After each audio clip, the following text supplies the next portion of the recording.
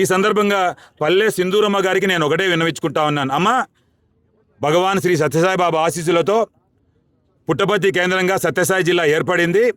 ఈ సత్యసాయి జిల్లా కేంద్రంలో ఏవైతే నేను ఒక 3 నెలల కిందట సోషల్ మీడియాలో మీకు పేర్కొన్నానో మళ్ళా మీకు కొరియర్ ద్వారా మీకు పంపించడం జరిగిందమ్మా.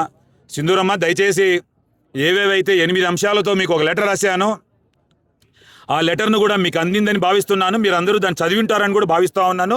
ముఖ్యంగా మా సారు పల్లె రఘునాథ్ రెడ్డి గారు కూడా దాన్ని బాగా 1కి 4 సార్లు చదవమని కూడా నేను విన్నవించుకుంటా ఉన్నాను. దయచేసి మనం రాజ్యాలు మారినా రాజులు మారినా ప్రజల అభివృద్ధి, ప్రజల ఆకాంక్షలు, ప్రజల సంక్షేమము తగ్గకూడదు అనేది నా ఆలోచన.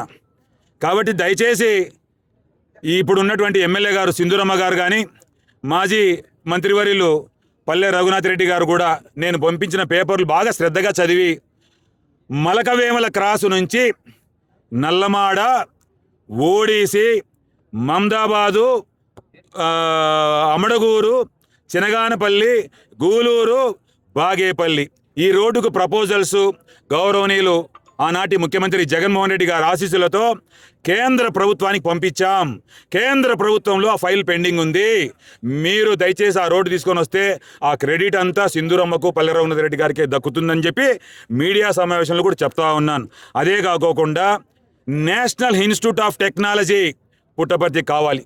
అదేవిధంగా నవోదయ స్కూల్స్, కేంద్రీయ విద్యాలయ స్కూల్స్ కూడా పుట్టపర్తికి రావాలి. ఎందుకంటే ఈరోజు భగవాన్ శ్రీ సత్యసాయి బాబా ఆశీస్సులతో హిందూపూర్కు తరలిపోతున్నది అని చెప్పి అందరూ భావించినటువంటి పుట్టపర్తి నియోజక శ్రీ సత్యసాయి జిల్లా కూడా మన దగ్గరే ఉండిపోయింది. కాబట్టి ఇంకా అమ్మ, దయచేసి సింధూరమ్మ, రాజకీయాలన్నీ మానుకున్నాం.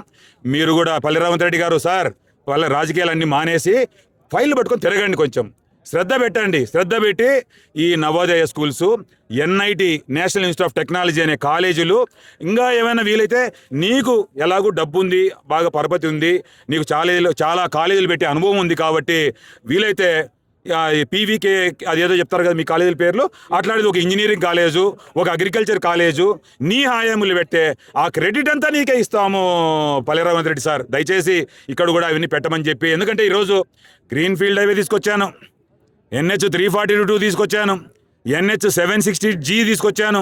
చెరువులకు నీళ్లు కూడా చేస్తామని చెప్తా ఉన్నారు కానీ అది కూడా ఆగిపోయింది. ఎందుకంటే వాళ్ళకి ఏదో బిల్లులు లేదని చెప్పి వాళ్ళు ఆపుకొని కూర్చున్నారు. కాబట్టి ల్యాండ్ ఎక్వేషన్ కాలేదని ఆపుకూర్చున్నారు. ఇవన్నీ జరగాలంటే మనం ఒక ప్రణాళిక పద్ధతి ప్రకారం ఎమ్మెల్యే అయితేనేమి ఎవరైతేనేమి పని చేస్తేనే పనులు జరుగుతాయి.